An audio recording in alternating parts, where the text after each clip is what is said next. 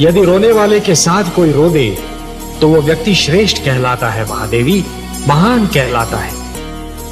दूसरों के दुख को अपना दुख तो केवल वही व्यक्ति समझ सकता है जिसका हृदय दर्पण की भांति स्वच्छ हो। ये मैं बार बार यही कहता हूं कि कभी किसी को किसी का बुरा नहीं सोचना चाहिए, क्योंकि जो भी व्यक्ति किसी और का बुरा सोचता है अंत में उसका भी बुरा हो ही जाता है। जो भी व्यक्ति ये समझते हैं कि ये तंत्र मंत्र, ये सर्वनाश और अंधकार की शक्तियां केवल किसी और को ही क्षति पहुंचा सकती हैं, तो वो उनका भ्रम है। सत्य तो ये है महादेवी कि जो ईश्वर के सच्चे भक्त होते हैं, जो स्वयं ईश्वर पर संपूर्ण विश्वास करते हैं, ये तंत्र मंत्र की शक्तियां उनका बाल भी नहीं बांका कर सकती। इस प्रकार द्वेष और घृणा का मारा व्यक्ति पड़ोसी के घर को जलते हुए देख ये भूल जाता है कि उसी अग्नि की लपटें स्वयं उसका घर भी जला सकती हैं।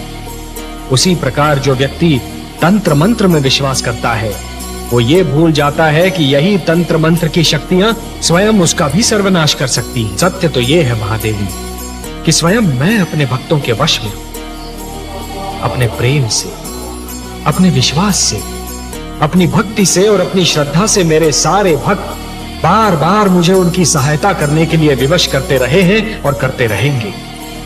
और मुझे अपनी इस विवशता पर कितनी प्रसन्नता होती है, इसका मैं क्या वर्णन करूं महादेवी, इसका मैं क्या वर्णन करूं महादेवी। कि जिस प्रकार जब एक पुरुष भटक जाता है तो केवल एक ही व्यक्ति भटकता है, परंतु जब एक नारी के पैर डगमगाने लगते हैं तो समस्त परिवार डगमगा जाता है। उसी प्रकार जब एक शिष्य भटकता है तो केवल एक ही छात्र भटक जाता है, परंतु जब एक गुरु भटक जाता है महादेवी तो समस्त छात्र समाज भटक जाता है। महादेवी, जो मृत्यु से डरते हैं वो जीवन जीने के लिए सिद्धांतहीन समझौते करने लगते हैं, और ऐसा सिद्धांतहीन जीवन मृत्यु से भी बुरा होता है महादेवी। इतिहास साक्षी है कि जीतते तो वही हैं जो मृत्यु के भय पर विजय पा लेते हैं, और सिद्धांतहीन जीवन जीने वाले तो कायर होते हैं महादेवी। आपने सत्य कहा कमल नयन, मृत्यु से क्या भयभीत होना, वो तो एक दिन आकर ही रहेगी। किंतु मृत्यु के भय से जीवन का सुख चैन खोना मूर्खता है। जिस प्रकार अग्नि सूखी लकड़ी को सरलता से जला देती है, उसी प्रकार क्रोध सुंदर भावनाओं को सहजता से भस्म कर देता है। वो मेरे विरोधी है, इसलिए मेरा विरोध करने की धुन में वो विवेक तो क्या स्वयं को भी भूल गए हैं। मेरा विरोध करने की भावना उनकी विद्वत्ता पर भारी पड़ चुकी है महादेवी। और अब दैत्य गुरु शुक्राचार्य कोई भी सीमा पार कर सकते हैं। आश्चर्य है, क्या दैत्य गुरु शुक्राचार्य ये भी नहीं जानते कि सीमा से अधिक विरोध अपने ही दुख का कारण बन जाता है? नहीं जानते महादेवी, दुर्भाग्य से वो इस सत्य को नहीं जानते, पर अतिशीघ्र जान जाएंगे। जिस प्रकार चरित्र की हानि धन की हानि से अधिक बड़ी दुर्घटना होती है, उसी प्रकार देवत्व का अपमान देवताओं के अपमान से अधिक बड़ी दुर्घटना है। महादेवी, दो पक्षों में संधि का टूटना एक श्रृंखला के टूटने के समान होता है। एक कड़ी टूट जाती है तो कड़ी पर कड़ी टूटने लगती है। महादेवी, मोती जिस डोर में पिरोए हुए होते हैं, यदि वो डोर ही टूट जाए तो सारे के सारे मोती भूमि पर बिखर जाते हैं, और इन बिखरे हुए मोतियों को दोबारा समेटना और फिर से उसी डोर में पिरोना ये सरल कार्य नहीं होता महादेवी। जानती हूँ कमल नयन, बसी बसाई नगरी को उजाड़ना सरल कार्य होता है, उसी नगरी को फिर से बसाना बहुत कठिन होता है। वर्ष और पीढ़ियां बीत जाती हैं उसे बसाने में। सत्य कहा महादेवी, समझौते का तोड़ना सदैव शत्रुता को जन्म देता है, और शत्रुता एक ऐसा विषैला पौधा है जिस पर केवल द्वेष के पुष्प और संदेह के कांटे ही उगते हैं, और ये द्वेष और संदेह कई पीढ़ियों तक अपना रंग दिखाते रहते हैं। पर ये जान लीजिए कि सृष्टि की हर वस्तु किसी न किसी सीमा में बंधी हुई है। इच्छा हो, ईर्ष्या हो, क्रोध हो, कोई भी भावना हो, उसकी अपनी सीमा होती है, और जब वो भावना अपनी ही सीमा को लांघकर परे चली जाती है तो स्वयं अपने लिए ही हानिकारक सिद्ध हो जाती है।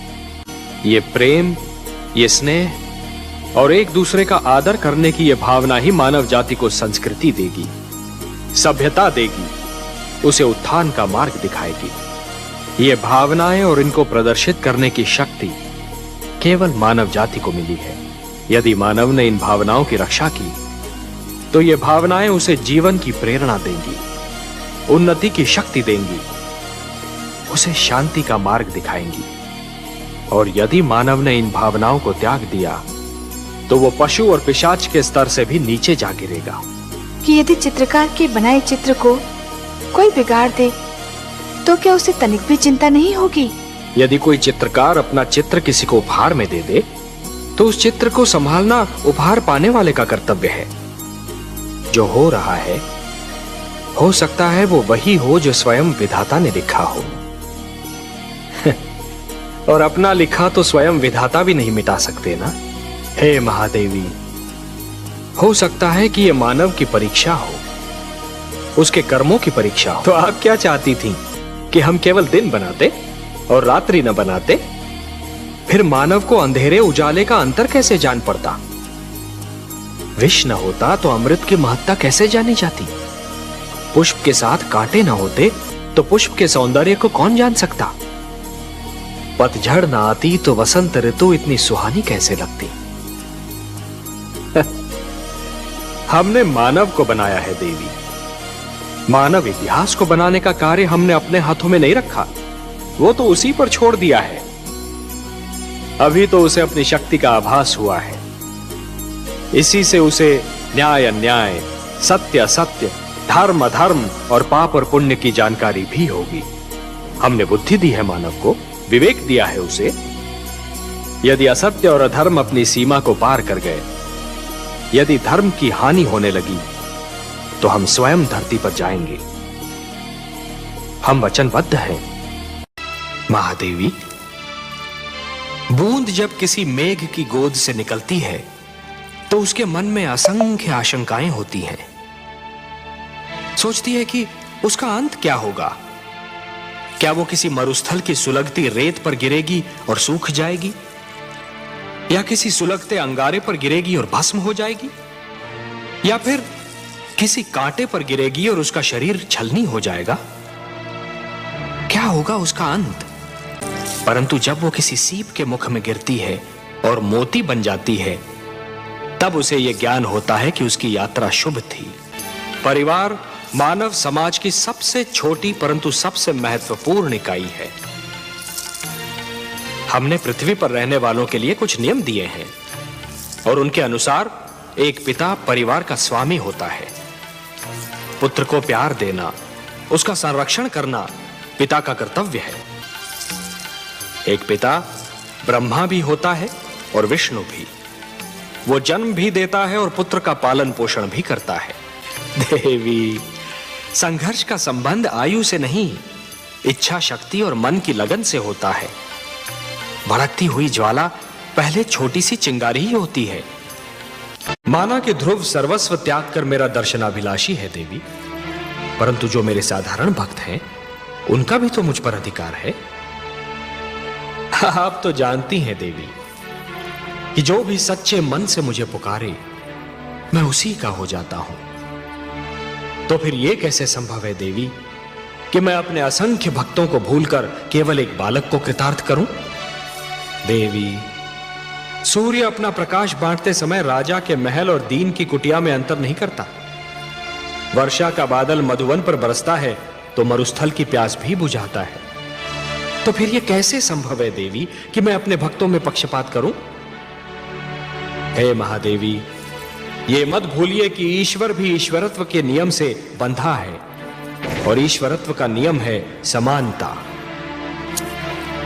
मेरी दृष्टि में समस्त मानव जाति समान है। मैं धरती पर जा अवश्य सकता हूं देवी, किंतु समस्त मानव समूह के कल्याण के लिए।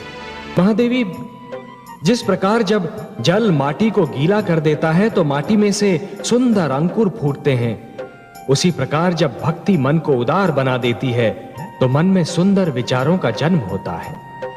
जिस प्रकार वर्षा फूल पर जमी हुई धूल को धोकर फूल को स्वच्छ और निर्मल बना देती है, उसी प्रकार जब श्रद्धा मन को छूती है तो मन को पवित्र और उज्जवल बना देती है।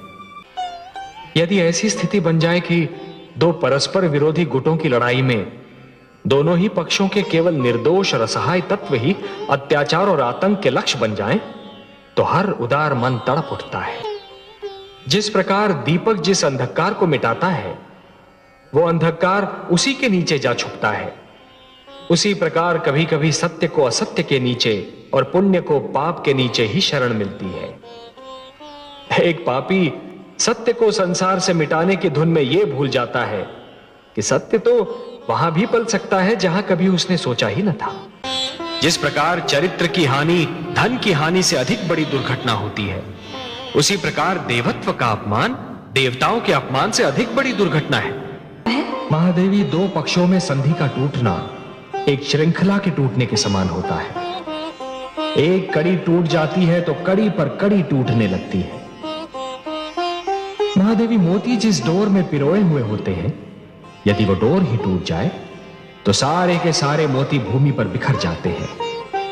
और इन बिखरे हुए मोतियों को दोबारा समेटना और फिर से उसी डोर में पिरोना यह सरल कार्य नहीं होता महादेवी। जानती हूँ कमल नयन, बसी बसाई नगरी को उजाड़ना सरल कार्य होता है, उसी नगरी को फिर से बसाना बहुत कठिन होता है। वर्ष और पीढ़ियां बीत जाती हैं उसे बसाने में। सत्य कहा महादेवी। समझौते का तोड़ना सदैव शत्रुता को जन्म देता है, और शत्रुता एक ऐसा विषैला पौधा है जिस पर केवल द्वेष के पुष्प और संदेह के कांटे ही उगते हैं। और ये द्वेष और संदेह कई पीढ़ियों तक अपना रंग दिखाते रहते हैं। पर यह जान लीजिए कि सृष्टि की हर वस्तु किसी न किसी सीमा में बंधी हुई है। इच्छा हो, ईर्ष्या हो, क्रोध हो, कोई भी भावना हो, उसकी अपनी सीमा होती है। और जब वो भावना अपनी ही सीमा को लांघकर परे चली जाती है, तो स्वयं अपने लिए ही हानिकारक सिद्ध हो जाती है।